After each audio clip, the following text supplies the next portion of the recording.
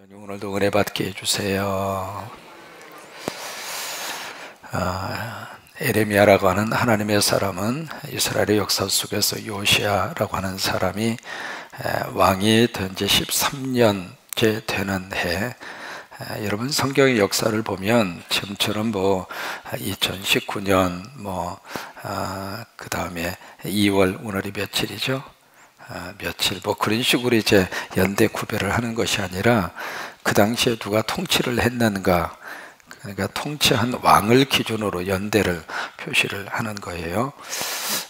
그래서 이제 요시야 왕이 된 지 13년째 되는 해 하나님의 말씀이 에레미야에게 임합니다.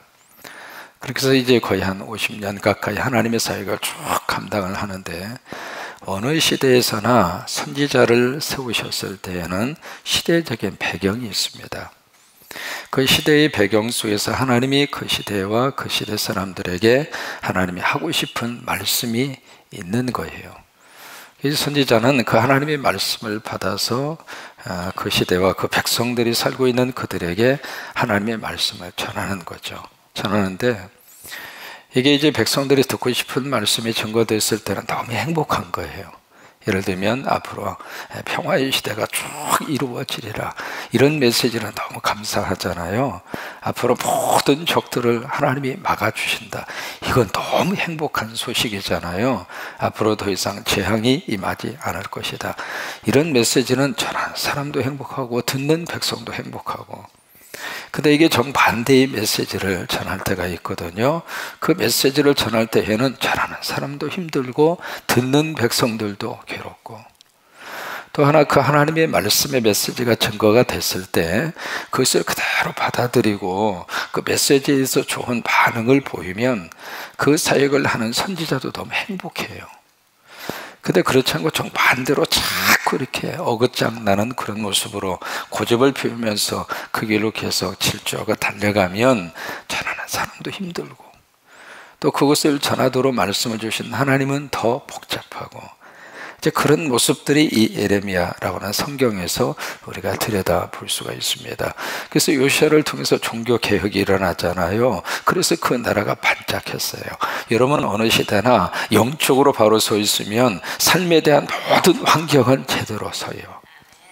그러니까 영적으로 흐트러지잖아요. 멀쩡한데 속으로 썩어 들어가고 부패하고, 그리고 나중에 가서는 완전히 주저앉게 되어져 있습니다. 그래서 무엇보다도 영혼이 잘 돼야 돼요. 영혼이 잘 돼야 돼요. 우리 자녀들도 영혼이 잘 되면 먹고 사는 문제 다 역사하세요. 그리고 하나님이 도와주세요. 그리고 막혔던 길도 하나님이 열어주셔요. 근데 영적으로 이게 뿌리채 흔들리기 시작을 하면 싱싱한데 시간이 갈수록 말라 비틀어지는 꽃과 똑같다 이 말이에요. 그래서 요시야가 이렇게 종교개혁을 해서 나라가 좀 제대로 서는가 싶었더니 그 다음 아들 때 계속해서 쭉 나라가 하향 곡선을 그어서 밑으로 주저앉아 내려가다가 결국 시드기야라고 하는 그 사람 시대에 와서는 이제 완전히 나라가 쫄딱 망하게 됩니다. 근데 그 긴 세월 동안 하나님은 가만히 계셨는가? 안 그래요. 계속 그들에게 경고를 하세요. 경고를 한다는 이야기는 워닝 사인을 그들에게 보내는 거예요. 마치 하나님의 사람들을 보내셔서, 선지자들을 보내셔서, 그래서 시대마다 하나님이 선지자들을 세우신 거예요. 역사적으로 가장 어렵고 힘들고 그리고 암흑과 같은 시절에 가장 많은 하나님의 사람을 하나님이 세우셨어요. 계속해서 하나님이 말씀을 주시는 거예요. 하나님의 메시지를 주시는 거예요. 여러분 그 경고의 말씀을 듣고 빨리 돌이킬 때 거기에 희망이 있는 거예요. 그 경고의 말씀을 들으면서도 걔는 지서라 나는 간다, 그런 식으로 자기의 길을 계속 고집스럽게 가면 결국에 가서는 그 경고의 말대로 역사 속에서 그대로 일어날 수밖에 없는 거예요. 오늘 본문의 말씀도 두 가지 메시지를 담고 있습니다. 첫째는 하나님의 워닝 사인입니다. 임박한 심판에 대한 하나님의 경고인데 5절에 보시면은 나팔을 불어라. 이게 좋은 의미에서 나팔을 불어라 그 얘기가 아닙니다. 마치 공습 경보예요. 그래서 나팔을 불어라. 그 다음에 6절에 보시면 깃발을 세워라. 이게 무슨 전진하고 앞으로 나아가기 위해서 깃발을 드는 것이 아니라 이게 이제 뭔가 임박한 큰 하나의 재앙이 몰려오고, 그래서 역사적으로 바벨론이라고 하는 제국이, 그래서 여기 6절에 보시면은 북방에서 재난과 큰 멸망을 가져오리라. 이게 북방이 바로 어디냐면 바로 지금의 이란과 이라크 그쪽을 중심으로 팍 일어났던 아수르 그리고 바벨론, 그 제국이 그 지역에서 일어났거든요. 메소포타미아라고 하는 큰 강을 중심으로 해서 티그리스 강, 메소포타미아 강 그쪽을 중심으로 벌써 고대 사회에 문명이 꽃을 피웠잖아요.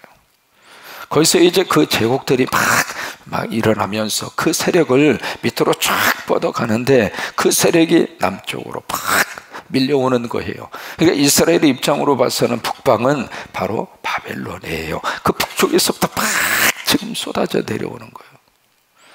그 하나님의 경고 사인입니다. 7절에서는 그들이 어떤 식으로 공격해 오는가 7절에 그렇게 말씀하잖아요. 사자가 그 수풀에서 올라왔다.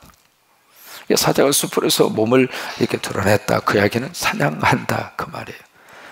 사자가 사냥의 목표물을 딱 정하고 나서 공격하기 시작을 하면 짧은 시간에 최속력으로 해서 그 목표물을 낚고 차는 것처럼 지금 7절에 있는 말씀이 바로 그거예요. 바로 여기 사자는 바벨론을 이렇게 말씀을 하고 있는 겁니다. 그들의 수풀에서 올라왔고 나라를 멸하는 자들이 나왔고, 그래서 결국에서는 네 땅, 내 땅이라고 하는 것은 바로 이스라엘 백성들이 살고 있는 그 땅이 황폐하게 될 것이고, 결국 내 성읍들이 황폐하여 주민이 없게 될 것이다.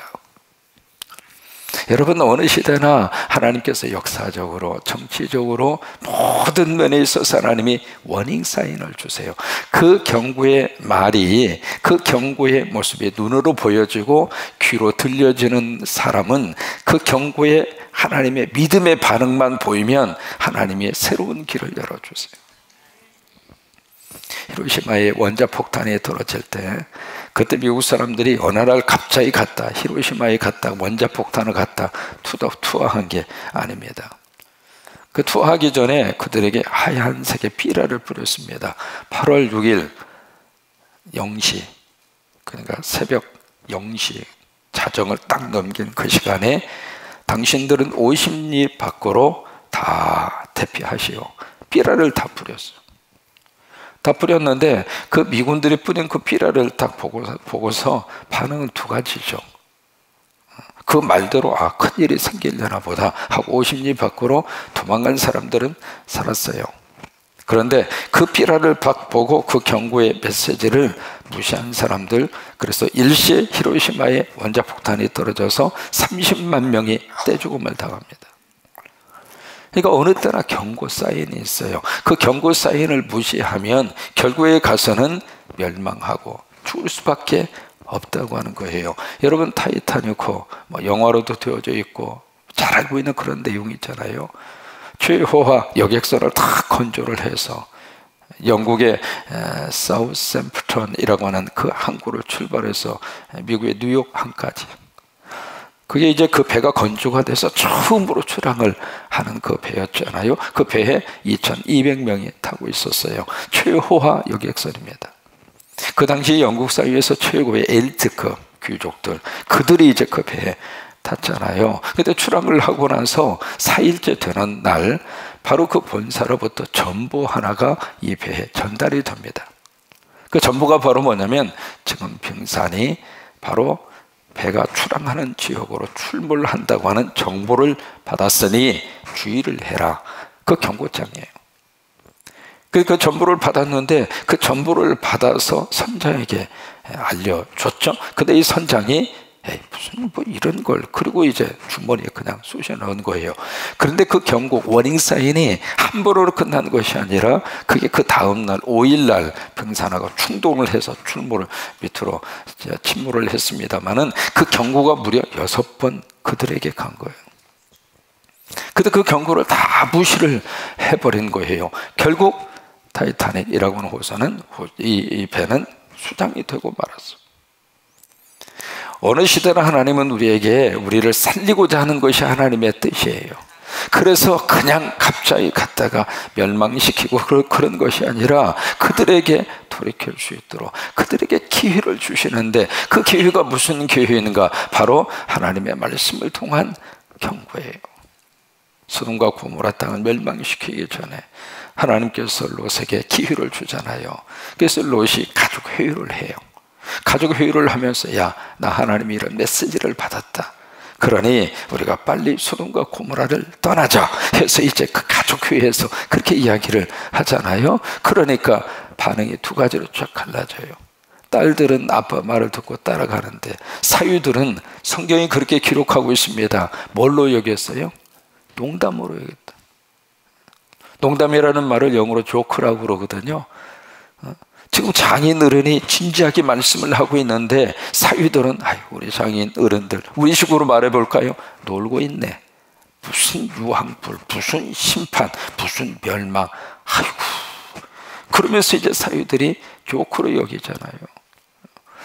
그러니까 하나님의 원행 사인을 믿음으로 받을 수 있는 사람은 거기에서 하나님 앞에 믿음의 모습을 보이고 믿음의 반응을 보이고, 그러기만 하면 하나님이 그 역사 속에서 그 어려움과 고통 속에서 하나님의 생명사계로 그들을 보호하시고 그들의 길을 선하게 인도하시고 살림의 역사가 일어날 수 있도록 하나님이 그렇게 축복하시는 거예요.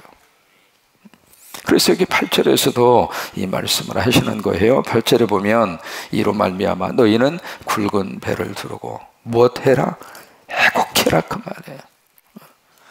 이게 하나님의 이 원행 사인 앞에서 그들이 보일 반응은 굵은 베옷을 입고, 그리고 애곡. 여러분, 애곡은 그냥 소리 없는 눈물, 그걸 말하는 게 아닙니다. 말 그대로 통곡하는 거거든요. 땅을 치고 팍, 어떻게 해서 그 슬픔을 견딜 수 없어서 막 어떻게 표현해 볼까요? 막 엉엉 운다고 표현해 볼까요? 그것이 바로 애곡이에요. 특히 이 애곡은 언제 하는가? 가장 사랑하는 이가 내 앞서 세상을 떠났을 때, 그때 장례식장에서 보이는 것이 바로 애곡이에요. 그래서 애곡을 할 때에는 일반적으로 옷을 막 찢어요. 막 회개의 영이 막 임해져 왔을 때 견딜 수 없는 가슴의 답답함과 괴로움, 그것을 어떻게 가슴을 찢을 수는 없잖아요. 그러니까 그 대신에 막 옷을 막 찢는 거예요. 답답한 자신의 심정을 그런 모습으로 표현을 하는 거죠. 그리고 막 머리에다가 죄를 막 뿌리는 거예요. 여러분, 머리에 죄를 뿌린다는 이야기는 회개에 대한 강력한 하나님의 역사, 하나님의 은혜, 하나님의 영이 그렇게 임했을 때 막 머리에 죄를 갖다 뿌리고 머리를 막, 그러면서 굵은 베옷을 입고, 그러면서 막 하나님 앞에 막 애절한 모습으로 둥글면서 막 통곡하고 그러는, 그렇게 하라고 하는 거예요. 8절 말씀에. 왜 그럴까요? 바로 거기에 하나님의 희망이 바로 거기 있으니까. 여러분, 요나서를 보시면 요나가 니느웨에 가서 복음을 전하잖아요. 우여곡절 끝에 가게 돼요. 가서 이제 사흘길 거리인데, 니느웨가 바로 바벨론의 수도입니다. 그러니까 요나 입장으로서는 참 가기 싫었던 한 곳이 있다면 바로 그게 니느웨예요. 왜? 철천지 원수잖아요. 근데 거기 가서 복음을 전하라고, 거기 가서 선교하고, 거기 가서 십자가 세워라. 요나 입장으로서는 하기 싫었던 거예요. 근데 어쨌든 우여곡절 끝에 딱 도착을 해서 하루 길을 복음을 전합니다. 복음도 뭐 거창한 복음이 아니에요. 뭐냐면 40일 후에 이 성이 망한다. 그게 요나 선교사의 메시지예요. 근데 그 메시지가 그들의 마음속에 하나님의 음성으로 들린 거예요. 여러분, 설교가 하나님의 음성으로 들릴 때 나에게 복이 되는 거예요. 아무리 좋은 말씀이라 하더라도, 때로는 듣기 싫은 메시지라 하더라도, 그 메시지가 하나님의 말씀으로 내 영혼에 들려주는 순간 내 영혼에 하나님의 역사가 나타나는 거예요. 근데 그들 속에 그 메시지가 하나님의 말씀으로 들려지도록 그렇게 역사를 하셨고, 그 하나님의 말씀으로 들을 수 있도록 그들의 영혼을 성령님이 열어주신 거예요. 그래서 백성들이 막 반응을 보입니다. 무슨 반응을 보이는가? 막 붉은 베옷을 입는 거예요. 망한다고 그러니까 망한다는 그 메시지 앞에 니느웨 백성들은 영적인 반응을 보이는 거예요. 그래서 막 굵은 배를 입었다는 이야기는 하나님 앞에서 회개했다 그 말이잖아요. 백성들이 막 그런 역사가 나타나니까 그 말을 들은 니느웨 왕도 기가 막힌 모습을 보입니다. 본인도 굵은 배 옷을 입고 막 금식하고, 그래서 법령을 발표를 하잖아요. 이 성에 살고 있는 사람과 소나 양이나 짐승 모든 것들은 다 굵은 배를 입고 금식하라. 세상에 이런 법을 발표하는 왕도 있죠. 그러니까 이 니느웨 왕은 이게 영적으로 우리가 살아야 될 게 뭔가라고 하는 것을 정확하게 파악을 하고 있었던 거죠. 그래서 그 법이 발표가 되니까 우리 상상을 해볼까요? 사람은 금식하더라도 참아요. 근데 소나 양이나 갑자기 주던 밥을 안 주면 가만히 있습니까? 그들이 무슨 금식의 의미를 알아요? 그러니까 막 울부짖는 그 소리가 아마 니느웨 성 이 전체 속에 아마 뭐 진동했을 거예요. 짐승들도 그러고 여러분 애기들도 엄마 아빠가 만약에 밥을 안 줘, 그럼 애기들이 금식기도 하는 모양이다 그러고 참아요? 애기들의 울음소리가 아마 진동했을 거예요. 그 진동 소리를 통해서 니느웨 백성들은 영적으로 하나님 앞에 철저하게 통곡하며 눈물을 쏟으면서 하나님 앞에 회개한 거예요. 결국 그 하나님 앞에서의 그 회개를 하나님이 들으시고 니느웨 성에 살고 있었던 12만 명의 영혼을 하나님이 살려주시는 거예요. 여기 8절에 있는 말씀대로 이것 때문에 하나님의 워닝 사인이 딱 떨어졌어요. 근데 그것 때문에 너희는 굵은 배를 두르고 애곡하라. 하나님 앞에서 통곡하라. 눈물을 쏟아라. 한 성도가 새신자를 전도를 해서 잘 신앙생활을 하게 됐어요. 예배 출석도 잘하고 믿음 생활도 잘하고. 그래서 전도한 사람이 그 새 가족에게 그렇게 물었습니다. 뭐냐면 당신 교회 와서 무엇을 배우셨나요? 그렇게 물으니까 그 새 가족이 참 인상적인 이야기를 합니다. 나는 교회 와서 눈물을 배웠습니다.